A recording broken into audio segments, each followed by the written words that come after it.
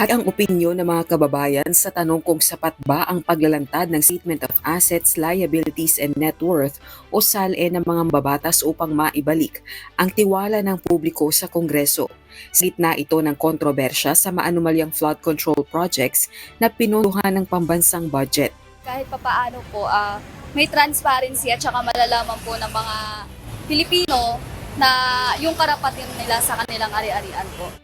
Wala na nangyari na di na nila pwedeng ibalik yun Kung may ibabalik man yun, siguro bilang na lang yung ibang taong babalik ng tiwala. Parang hindi na po siguro kasi parang ang tao wala nang tiwala sa kanila Isa naman si House Deputy Speaker at Iloilo 1st District Representative Janet Garin sa nagpahayag ng kagustuhang maglabas ng kanyang SALN kahit wala pang ibinababang polisiya ang liderato ng Kamara kaugnay nito. Naniniwala rin ang mambabatas na makatutulong ang public access sa SALN ng mga kongresista para maibalik ang tiwala ng publiko sa Kongreso. And it's also one way of regaining the trust of the people. Sa totoo lang, napakasakit nung parang yung isang institusyon where you belong, just because of the actions of a few, madidemonize, no? Naglabas na rin ang kopya ng kanyang SALN sa social media post si Cavite 4th District Representative Kiko Barsaga, isang independent member.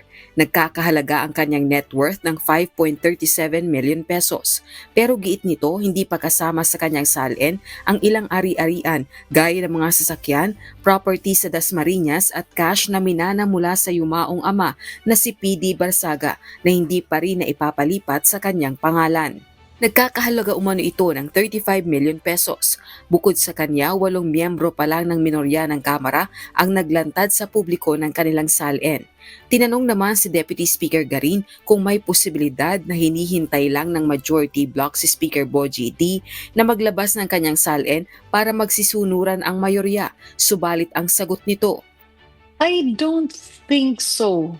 Siguro nagkataon lang na una, budget hearing, no, busy lahat. Karamihan ng mga kongresista ay merong mga activity sa kanya-kanyang distrito. So I believe hindi intentional. I will confer with the other leaders of the House. Kasi syempre ang iba, lahat naman yan, hindi naman, alam mo yon, yung pagka wala kang tinatago, you're going to release. I believe ang nagiging isang nuance lang is minsan ginagamit sa mga kalaban, no, sa politika.